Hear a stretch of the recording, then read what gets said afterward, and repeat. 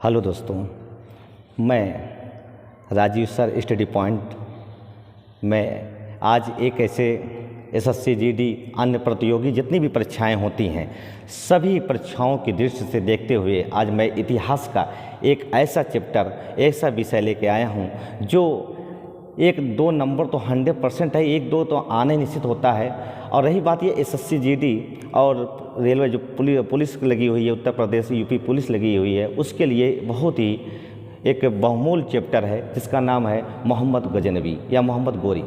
तो देखिए, मोहम्मद गोरी की हम बात कर रहे हैं तो सबसे बड़ी बात क्या होती है कि इस मोहम्मद गोरी की सबसे पहले हम बात कर लेते हैं। तो मोहम्मद गोरी की स्थापना किसने किया है, मोहम्मद गोरी हैं कौन? तो सबसे पहले बता दूं कि ये गोरी की बात कर रहे हैं तो ये गोरी जो हैं गौर वंश के थे। कहाँ थे भैया? गौर वंश के थे। मेरी बात समझिएगा, गोरी जो थे कहाँ के रहने वाले थे? गौर वंश के थे। और ये इनका जो हुआ, इनका उदय कहाँ से हुआ? हम उदय की हम बात कर रहे हैं तो गोरी कहाँ से उदय हुआ? तो सबसे बड़ी बात है कि गोरी एक पहाड़ी थी, पहाड़ी की बात कर रहे हैं। तो जरा देखिए बच्चों, सबसे बड़ी बात है कि गोरी एक क्या थे, इनका जो उदय हुआ था एक पहाड़ी थी। और सबसे पहाड़ी कहाँ थी तो मैं बता दूँ, गजनी। और देखिए, गजनी और हेरात के बीच में, समझे? ये है गजनी और हेरात के बीच में। हेरात मतलब समझ गए भाई? गजनी और हेरात के बीच में एक पहाड़ी है, उसका नाम है गौर पहाड़ी। कौन सा नाम है बेटा? गौर पहाड़ी। तो देखिए, यही पहाड़ी का रहने वाला कौन था? मोहम्मद गजनवी था। तो चलिए देखिए, मोहम्मद गोरी था, सॉरी।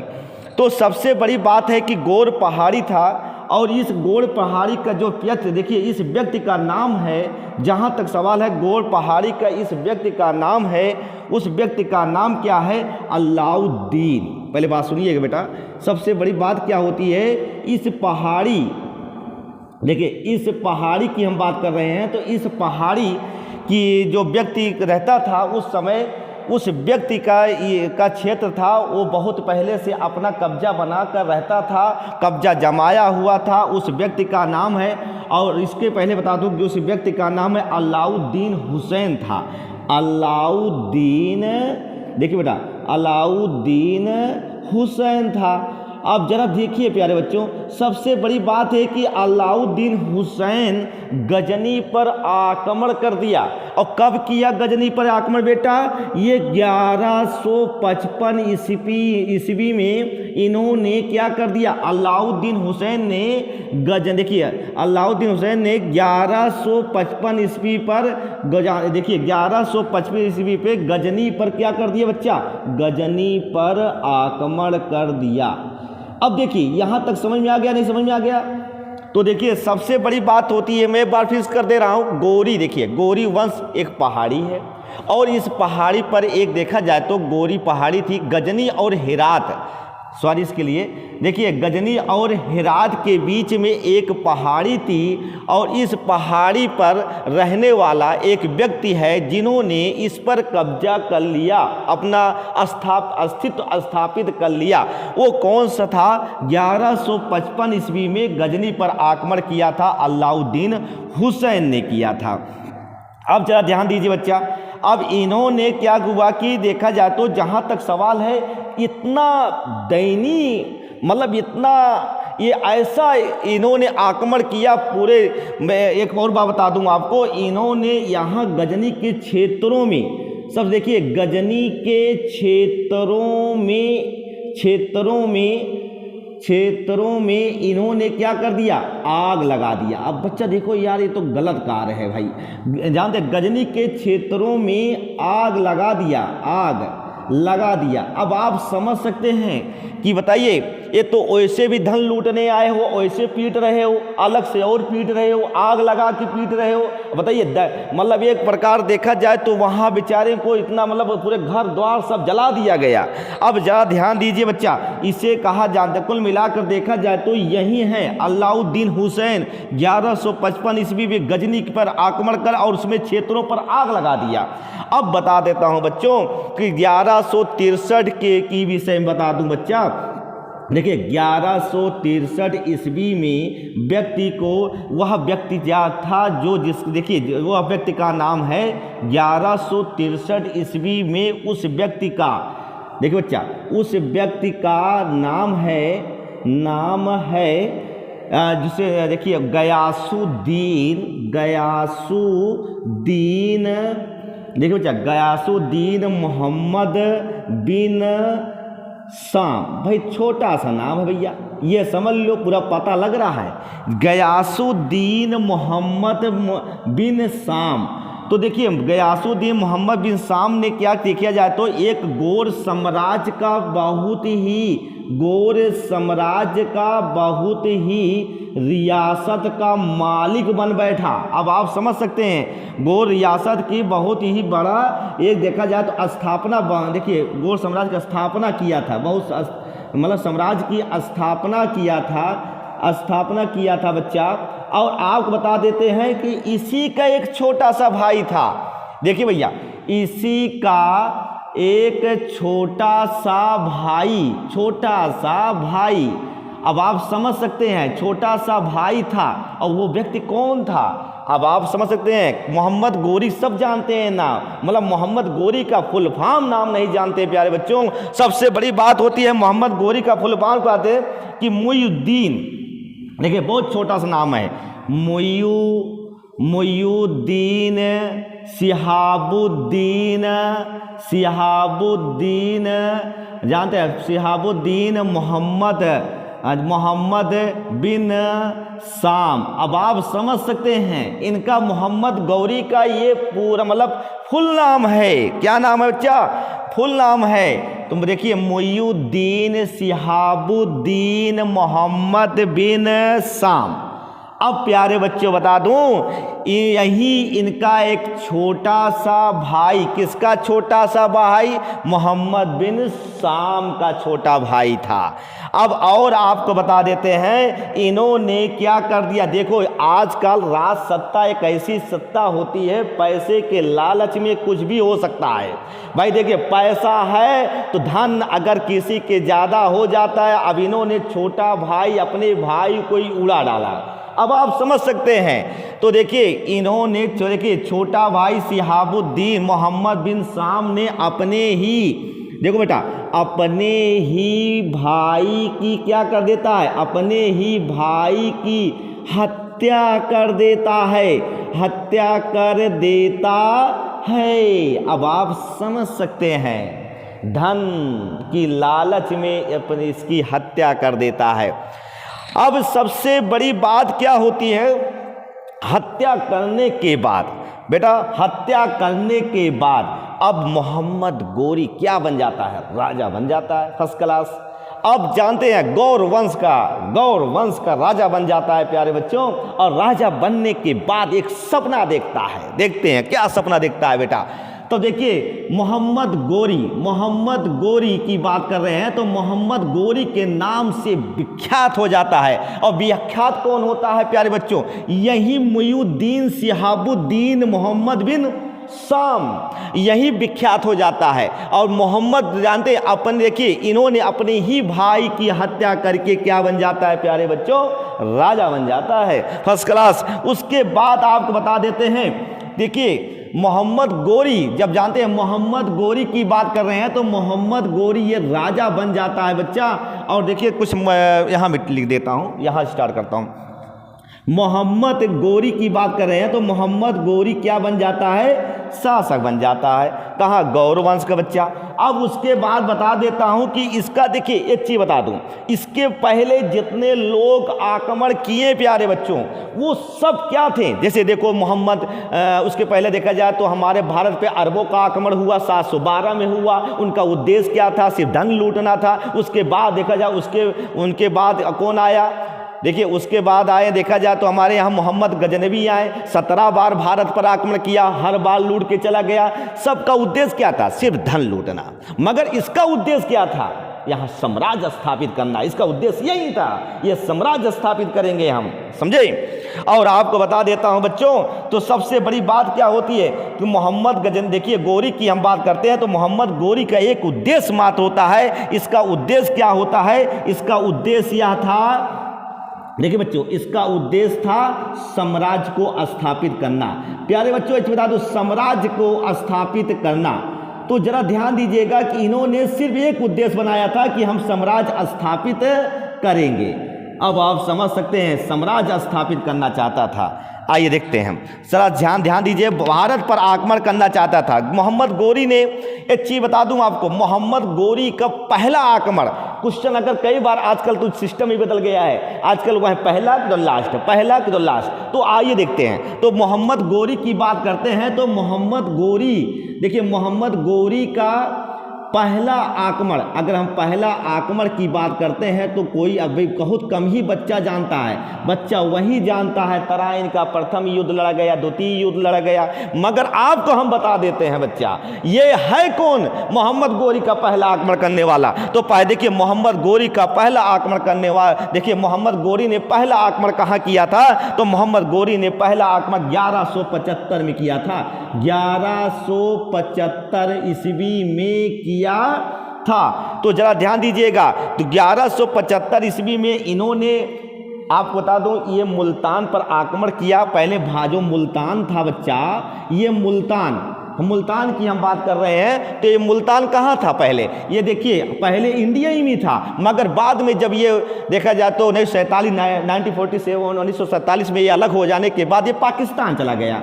तो ये 1175 ईस्वी में गोरी का पहला आक्रमण इन्होंने किया था और ये गोरी की पहली जीत थी। और एक चीज़ बता दूं प्यारे बच्चों, फिर उसके बाद इसका एक हौसला बुलंद हो गया। जब ये हौसला बुलंद हो गया, इनका एक और मतलब उद्देश्य बढ़ता गया। मगर एक चीज़ ध्यान देना, इसके पहले जितने भी हमारे यहाँ शासक युद्ध करने के लिए आए, उनका एक उद्देश्य था, सिर्फ धन लूटने का उद्देश्य था। मगर ये ऐसा बंदा था, इन्होंने धन नहीं, इनको साम्राज्य चाहिए था, और ये साम्राज्य लेने के लिए इन्होंने अपने, देखा जाए तो युद्ध को तत्परता बनाए रखा। आइए देखिए, मोहम्मद गोरी का दूसरा युद्ध किया। अब देखिए दूसरा युद्ध की हम बात करते हैं तो इन्होंने भारत पे दूसरा युद्ध कर दिया 1176 ईस्वी में। देखिए भैया, मोहम्मद गोरी का दूसरा युद्ध 1176 ईस्वी में इन्होंने कर दिया।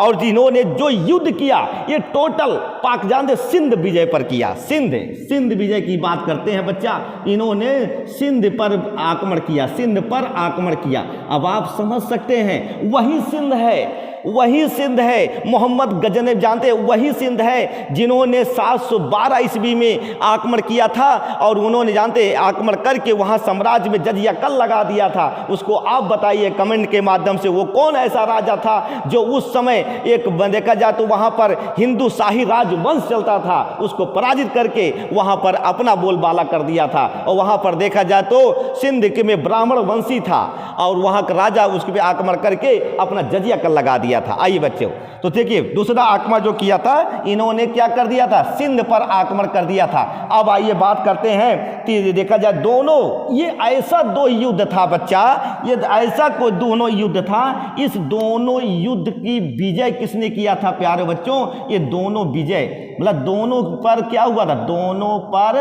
विजय प्राप्त किया था, विजय प्राप्त किया था। अब आप समझ सकते हैं प्यारे बच्चों, जानते हैं दोनों, पहला मोहम्मद गोरी ने पहला आक्रमण 1175 में मुल्तान पे किया, दूसरा आक्रमण 1176 में सिंध पर किया, और ये दोनों पर विजय प्राप्त कर लिया। अब आप समझ सकते हैं। और तीसरा भी आक्रमण किया, और तीसरा जो आक्रमण किया बच्चा, वो कहाँ किया? देखिए बच्चा, तीसरा मोहम्मद गोरी का तीसरा आक्रमण कहाँ हुआ बच्चा? ये कई बार क्वेश्चन पूछा है। ये तीसरा आक्रमण 1100, आप बता देते हैं 1100 तीसरा आक्रमण इन्होंने कब किया था? देखिए इसकी डेट बहुत कम मिलती है, और रही बात यह है कि ये लगभग 1176 के आसपास इन्होंने ऐसे आक्रमण किया था। मगर रही बात यह है कि 1176 तीसरा आक्रमण गुजरात पर किया था, गुजरात पर आक्रमण किया था। 76-78 में शायद किया था, सही।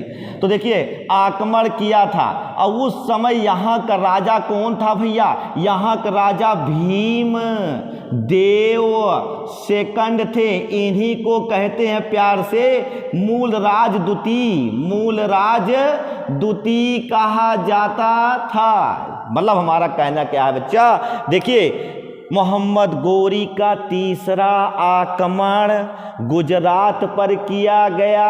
वहाँ का राजा कौन था? वहाँ का राजा भीम देव सेकंड थे। उन्हीं का नाम क्या था? उन्हीं का नाम मूलराज द्वितीय था। और इनके भी सफलता प्राप्त कर लिया। अब आप समझ सकते हैं सफल मतलब कहा गया।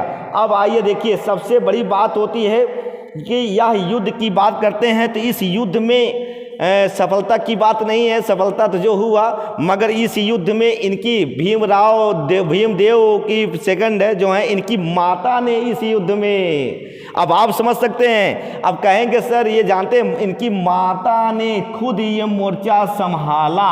अब आप समझ सकते हैं इनकी माता का नाम है बच्चा नायिका देवी। क्या नाम है? नायिका देवी। इन्होंने खुद मोर्चा लिया जाकर।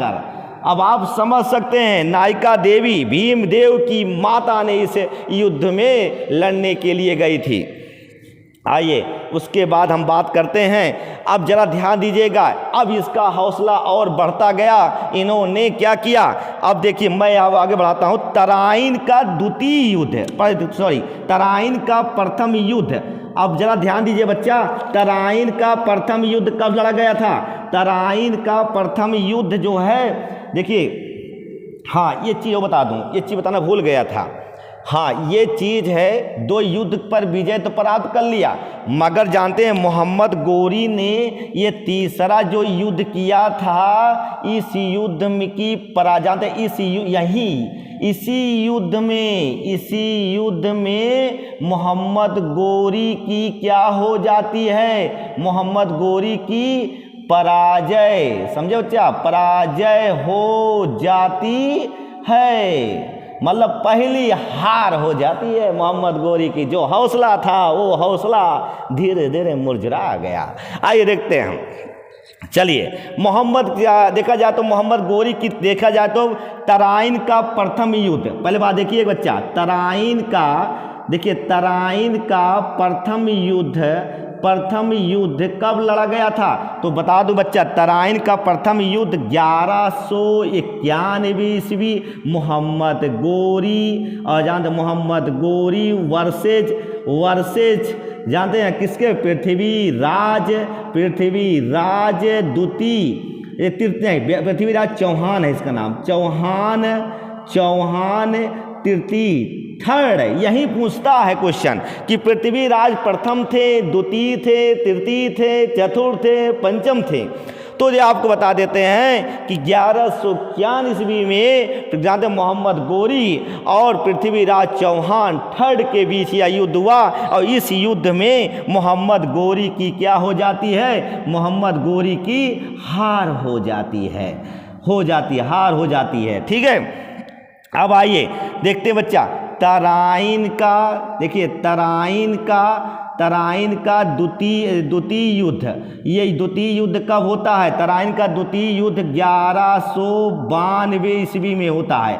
कब होता है बच्चा? 1192 ईस्वी में होता है। मतलब देखिए वहीं दोनों लोग रहते हैं, यहीं दोनों लोग, मोहम्मद गोरी भी रहता है यहीं, और वहीं वर्सेस किसके बीच होता है? पृथ्वीराज